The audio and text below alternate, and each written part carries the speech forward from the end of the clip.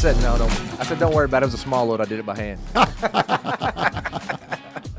What's up, guys? Michael Ray Newman here, along with Edwin Britt and the Monster Millennial Kevin E. Inside Edge podcast. Kevin E., where can they hear us get this? Where are they hearing it? Where can they go and find it some more? And subscribe. I would prefer you go check us out on either YouTube or Spotify. Check out our YouTube channel at Michael Ray Newman YouTube and probably Kevin E., the KEPX. At KEPX Live, check us out. And now, whether you're on YouTube or Spotify, we got video to go with it. Sweet. Video now. We'll be remixing this and putting it out.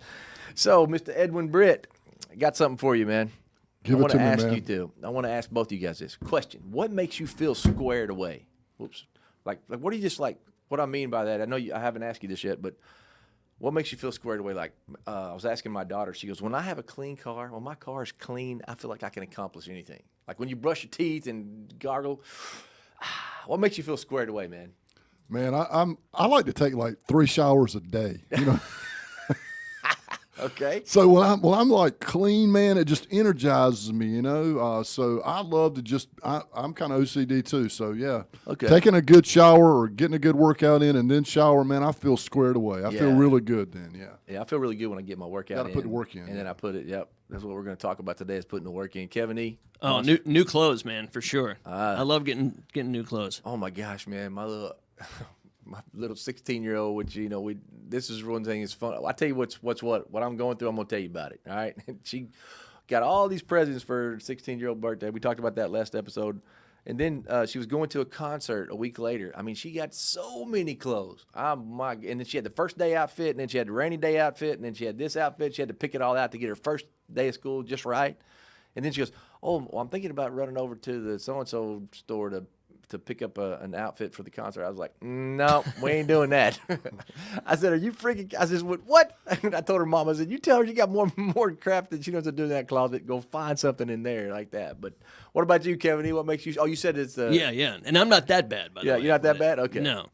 Yeah, I like it. It's pretty cool when you have a new shirt and it feels tight, feels good on you, man. It fits if I'm feeling sloppy, go pick up a new shirt, new pair of jeans or something. You feel better about yourself? Yeah, absolutely. Does the TikTok make you buy it? Yeah. No, not personally, but another thing I should add, I feel like this happens to everybody a little bit. A haircut always feels good, if it's a good haircut.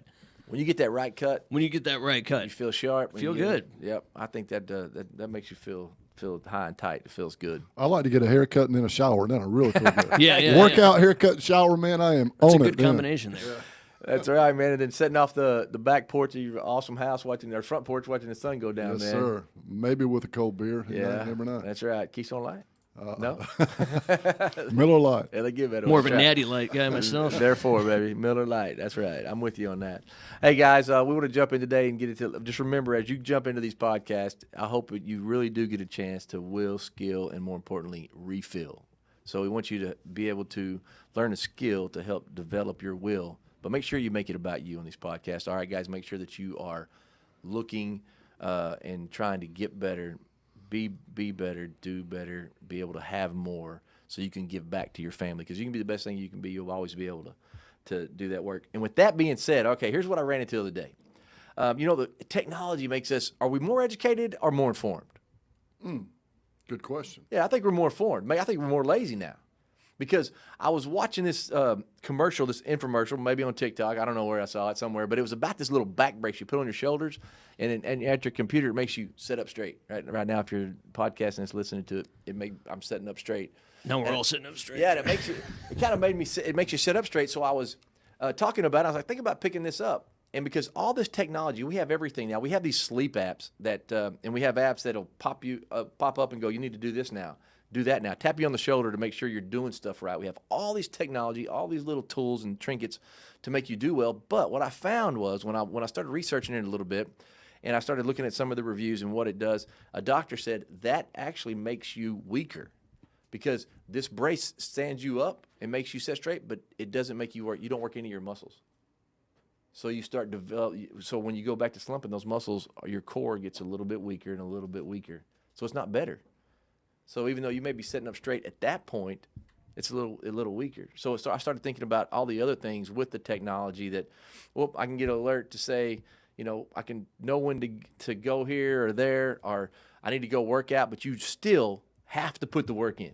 You got it. You said this before, Edwin, and I think I love it. You got to do the push-ups, man. You've got to put in the work. And the bottom line, the more you do, the more you'll get, right? But you've got to do the work, man. So I've got to do it on my own to make myself set up straight, to make myself get better in whatever that, whether it be spiritually, mentally, physically, personally, professionally, with your family or with your career.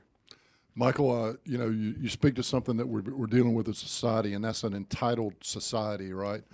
Just give me my rights, me. We got to reverse that, and you're exactly right. You got to put the work in. People say, well, just make me the boss, because when I'm the boss, man, people just follow right along, and it just doesn't work that way. Like, hey, you know what? And same thing like the farmer, man. The farmer doesn't say, well, just give me the reaps and rewards. I know I haven't planted anything. Go ahead and give me the rewards, and, I'll plant something next year. No, man, you got to go cultivate that field. You got to go plant those seeds. You got to put the work in. And even people out there who say, I need a system. When I get a system. Oh, yeah. There's nothing wrong with systems, and we do need to be efficient. We need to utilize the technology and the automation, but you got to put the work in. You put the work in, and you focus on the process, and then the results follow that. Michael, you and I both played college football, and people ask me, I was fortunate enough to be a member of a team that won the national championship on the NAIA level. Back in the day, it was at Elon College. We were the Fighting Christians back then. Yeah. Yeah, you can't be called the Fighting Christians anymore. We're the Phoenix now. But yeah, I know. However, I digress. So they ask us, hey man, what was the date you won that national title? And I remember vividly, it was a cold, late December day, but we won that national title in August. Right now, and that's what football teams are going through all over America right now. They're getting in and out of their two-a-days, but they are working at it 6 days a week. You got to put the work in. There's no substitute for doing your own push-ups. That's right. There is no substitute, and you're exactly right. I remember some of those teams. Never had the opportunity to be on a national championship team, Edwin, but you've also broken a lot of records, and there was a lot of people that poured in you that helped teach you that. And those stackable moments, which we talk about a lot, come in August, and then you had to go through the work in August to be able to do more push-ups the next month in September and so on, to where all of a sudden you look back and this journey go as far as you can see. When you get there, you'll be able to see further. You got to a point where you're able to play at a level, at that national championship level. And we get so focused on results and rewards now, and we got to create these measurables where we're going to focus on that process and be more patient. Patience is not a virtue that I say I had a lot of. I have grown into being more patient, but you've got to be patient with yourself, and you got to be willing to put those measurables in place and do it day in and day out and day in and day out and day in and day out and day in and day out. And you know what? There's nothing, Michael, that says you have to feel good to do it. No. Right? No. Like you can see on camera, Michael was obviously in great shape, and for a guy who is, you're over 40 now, right, Michael?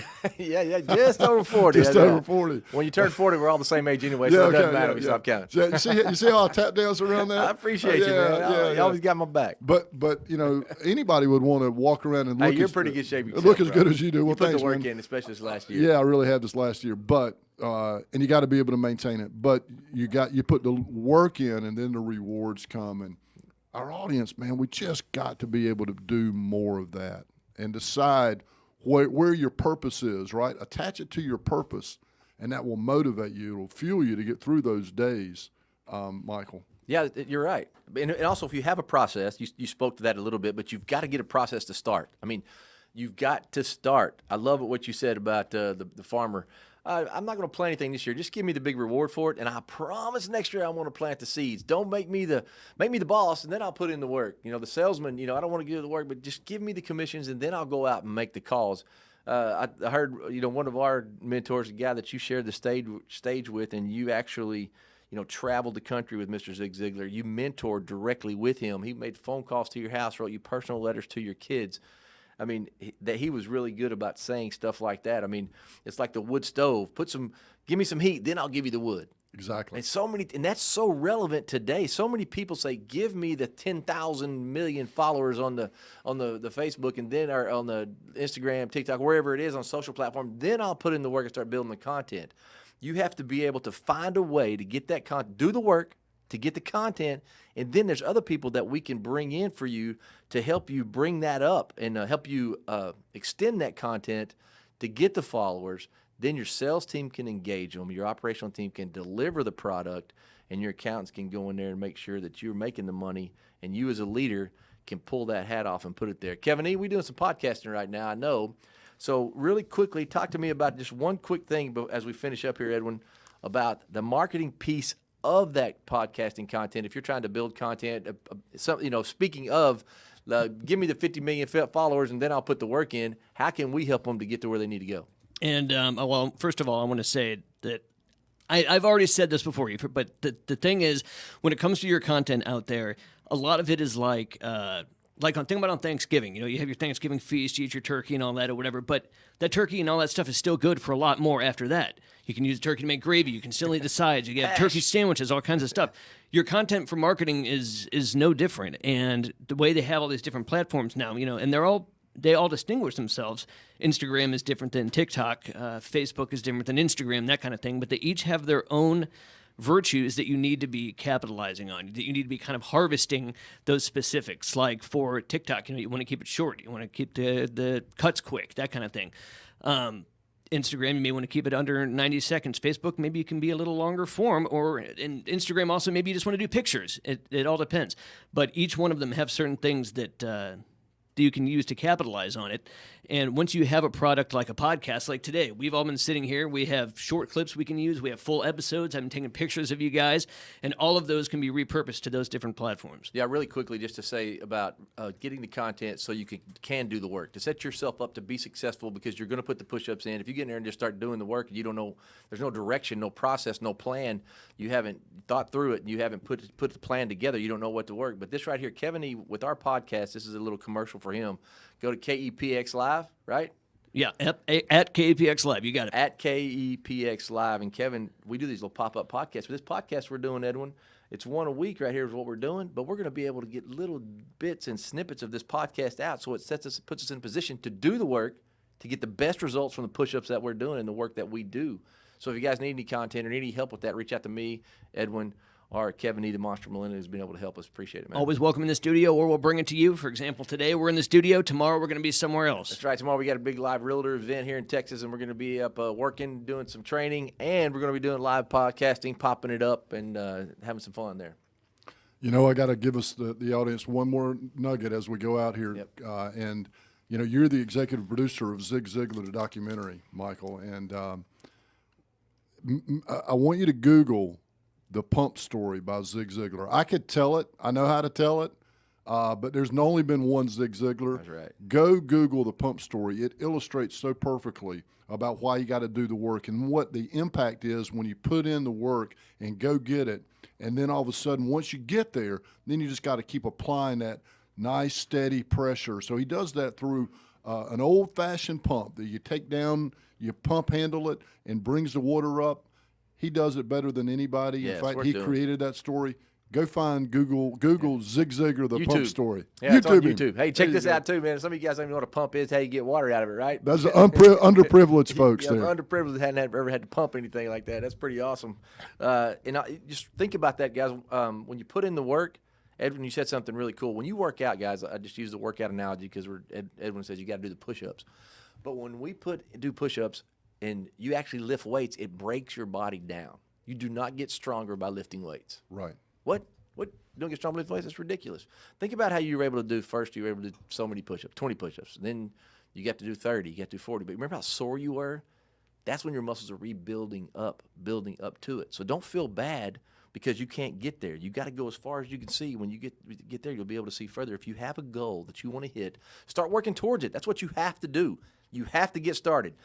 Yeah, but when it's perfect, finished is better than perfect. We're going to talk about that in a few later episode, how I feel about that, guys. But to do your push-ups, make sure you tear yourself down, make the mistakes, get sore, because then you turn back in and you'll always be able to do more. When you go as far as you can see, you'll be able to go further because you'll have big clarity how you need to get there. It's a journey, baby. It's a journey. Absolutely. It's a journey, guys. Hey, thanks for stopping in tonight on The Inside Edge. Wherever you are in the world, whatever platform you're on, we appreciate you listening to us. And if you can't think of anything else, just be nice. Just like my granny used to say, People won't remember always what you say, but they'll always remember how you made them feel. See ya.